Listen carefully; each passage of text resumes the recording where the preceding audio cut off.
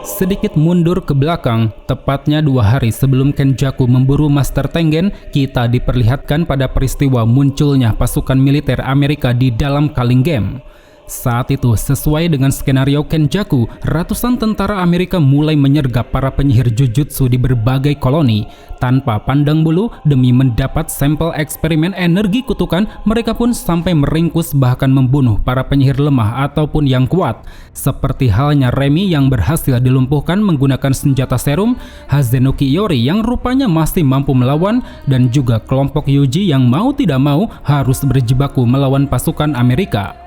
Melihat kemunculan para non-penyihir ini lantas membuat Megumi bertanya-tanya apa yang membuat mereka berani datang ke dalam koloni. Bukankah jika dilihat dari daya tempurnya sangat mustahil mereka bisa selamat dari ganasnya pertarungan Kalingem?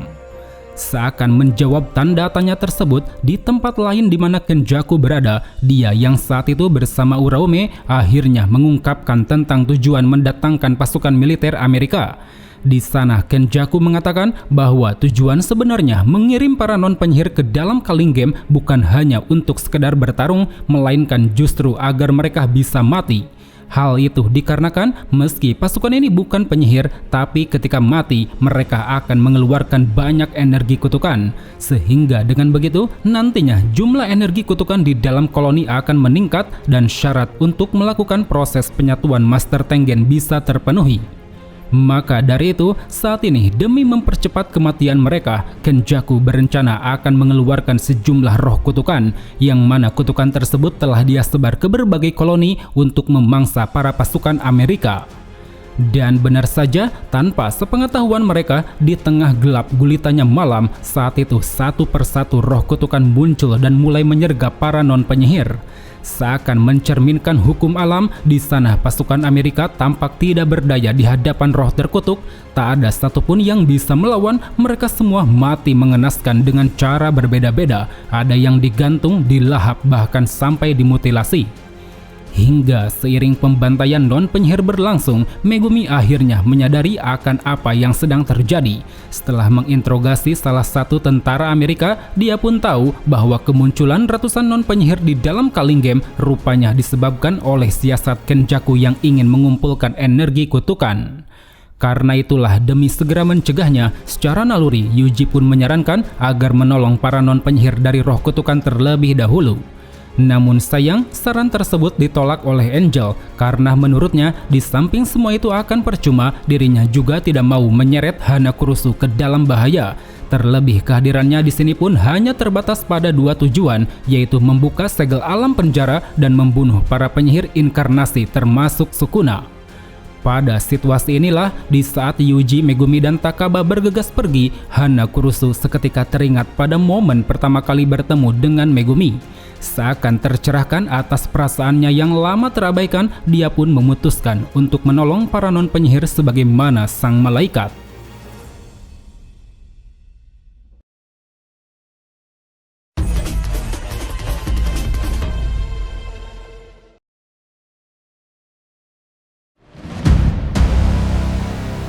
Keputusan Yuji dan kawan-kawan yang saat itu menolong tentara Amerika rupanya tidak mampu mencegah skenario Kenjaku.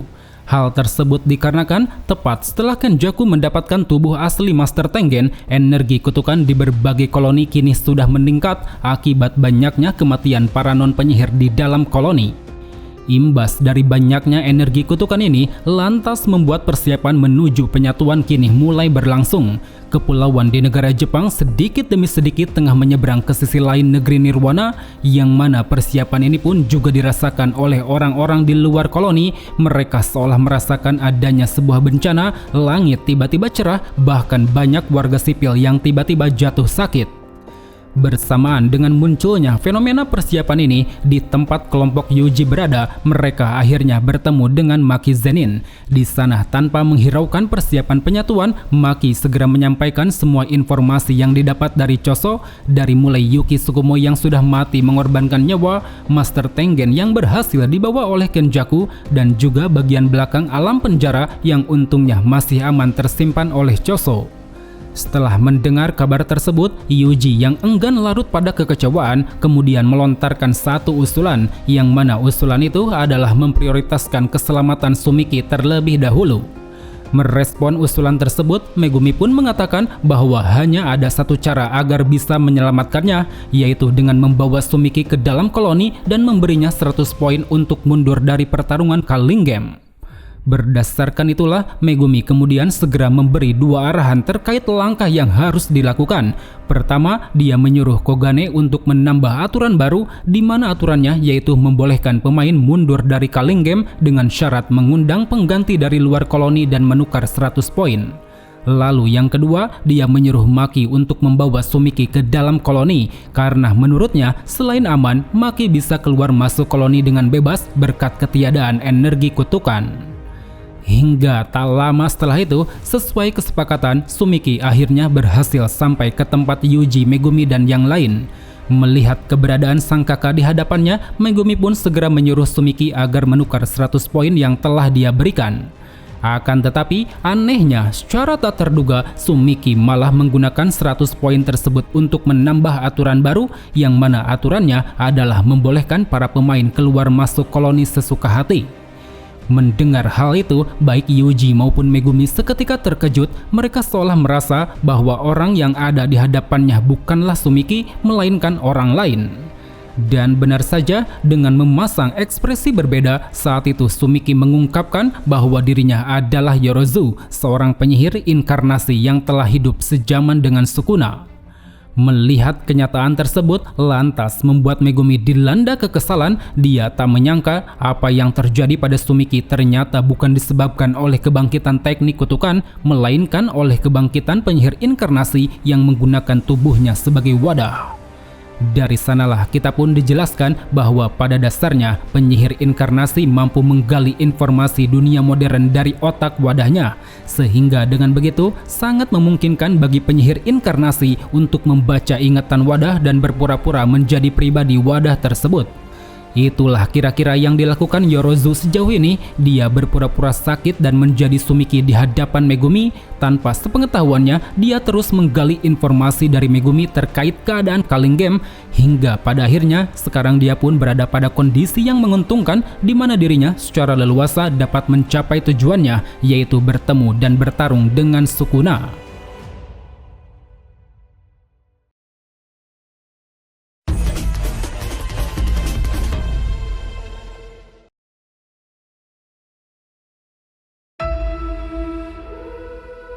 Setelah mengungkapkan tujuannya, saat itu Yorozu mengeluarkan kemampuannya yang bisa memunculkan sayap mirip serangga, yang mana dengan menggunakan sayap itulah dia pun langsung pergi keluar koloni lain demi mencari tempat bagus untuk bertarung melawan Sukuna.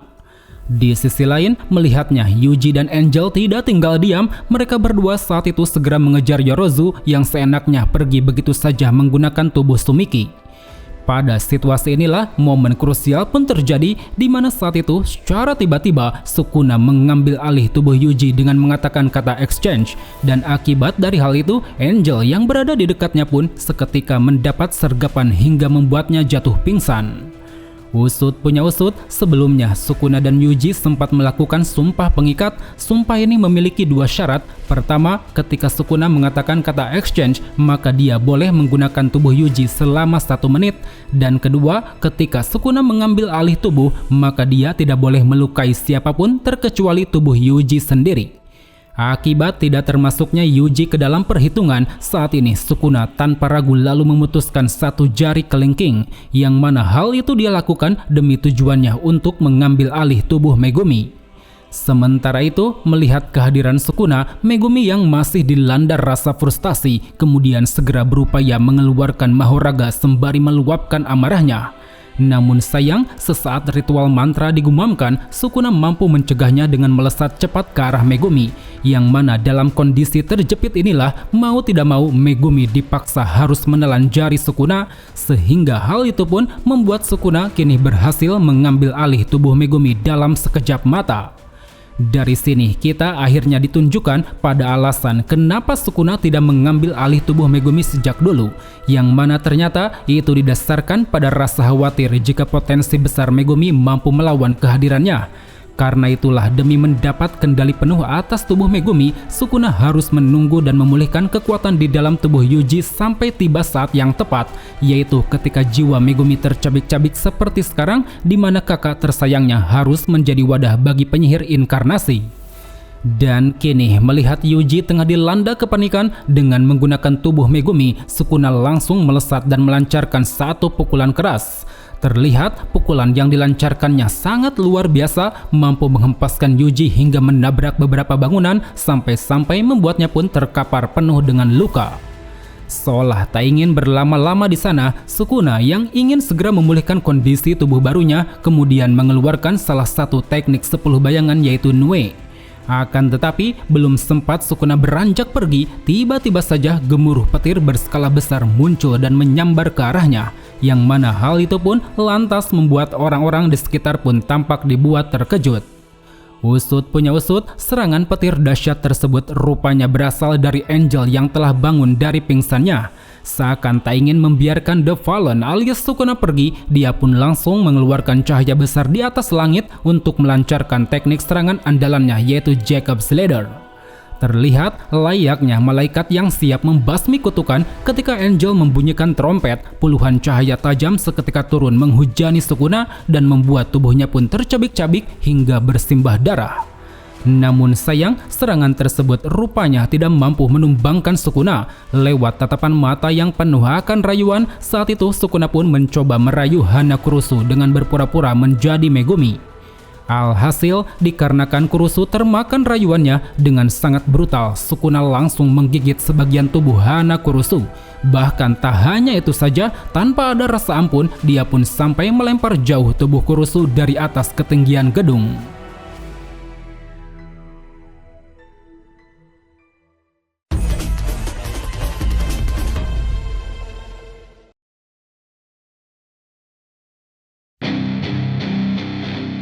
Melihat Kurusu tumbang jatuh ke bawah gedung, Yuji yang saat itu kembali bangkit seketika menunjukkan rasa amarah dan kemurkaan. Terlihat layaknya hewan buas, di sana Yuji segera melompat ke atap gedung lain untuk melawan Sukuna, yang mana dampak dari lompatannya ini sungguh luar biasa, sampai-sampai pijakan bangunan pun ikut hancur seakan mencerminkan kebuasan amarah yang tengah dirasakan Yuji.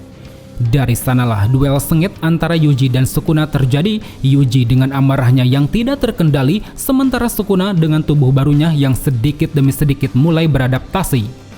Dalam pertarungannya, Yuji mampu menerbangkan bongkahan bangunan besar hanya dengan satu tendangan, yang mana setelahnya dia pun langsung melesat guna melancarkan pukulan dari jarak dekat. Meskipun usahanya ini berhasil dihindari Sukuna yang saat itu segera melayangkan serangan balik melalui satu tendangan. Kemudian di saat Yuji kembali menyerang sambil meluapkan emosinya, dia pun bertanya kenapa kutukan seperti Sukuna tidak bisa hidup dengan normal tanpa harus memberi kesengsaraan pada orang-orang. Merespon jawaban tersebut, Sukuna segera menyerangnya dengan teknik tebasan dismantle, yang mana hal itu pun membuat Yuji harus terhempas ke belakang disertai darah yang keluar akibat luka tebasan. Seolah ingin membalas ungkapan Yuji tadi, Sukuna lalu mengatakan justru dirinya lah yang harus bertanya bagaimana bisa manusia yang sangat lemah ini begitu menginginkan kehidupan.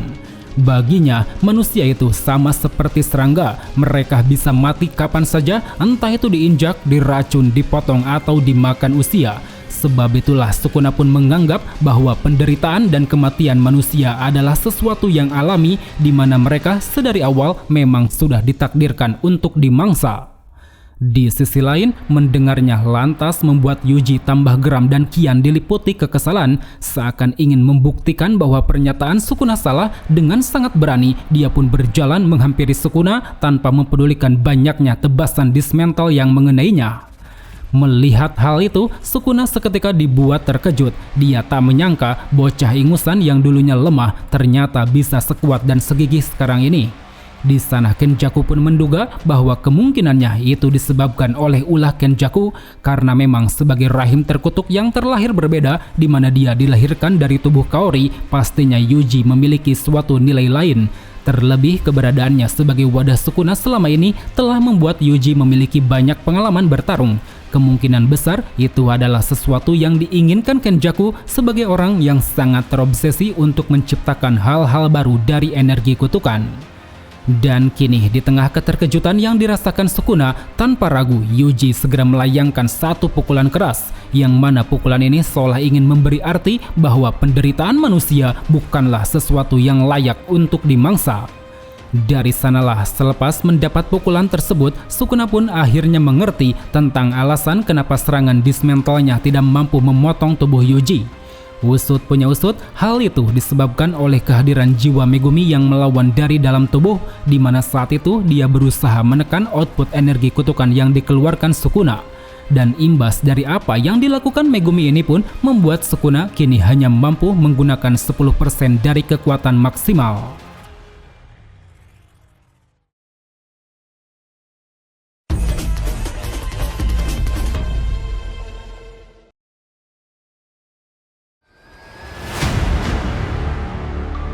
Walau saat itu kekuatannya ditekan hingga 10%, tapi Sukuna merasa bahwa cukup hanya dengan kekuatan ini dirinya bisa mengalahkan orang lemah seperti Yuji. Namun di tengah kepercayaan diri tersebut, secara tak terduga di hadapannya telah muncul Maki Zenin, yang mana sebelumnya dia terpisah dari Sumiki akibat aturan perisai koloni. Dan kini melihat kehadiran rekannya, Yuji lalu memberitahu apa yang sedang terjadi. Dengan emosinya yang masih meluap, dia pun menyuruh Maki untuk segera membunuh Sukuna bagaimanapun caranya.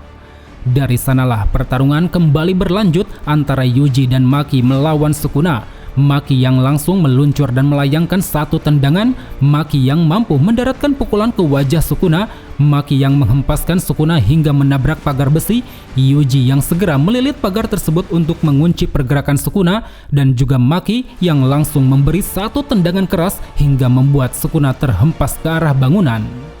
Seolah ingin segera mengakhiri pertarungan, baik Yuji maupun Maki lalu segera meningkatkan intensitas serangan.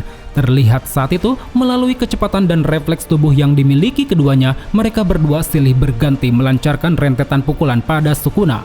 Sementara itu, Sukuna yang tak ingin terus disudutkan, ditambah adanya perlawanan Megumi dari dalam, berniat akan menggunakan teknik kutukan tebasan. Dengan cara menyentuh tanah yang dipijaknya, dia pun langsung mengeluarkan teknik Cliff Spider Thread, sebuah teknik serangan pembelah berbentuk jaring laba-laba. Dampak dari serangannya ini tidak main-main, seluruh tanah di area sekitar seketika hancur sampai mampu menghempaskan Yuji dan Maki. Seakan ingin memanfaatkan keadaan, di sana Sukuna lalu segera mendaratkan satu pukulan keras pada Maki, yang mana hal itu pun membuat Maki dan juga Yuji harus mundur ke belakang guna menghindari serangan lanjutan dari Sukuna. Kemudian sesaat Yuji dan Maki kembali bersiap menyerang, tiba-tiba saja di hadapan mereka muncul sesosok bayangan manusia.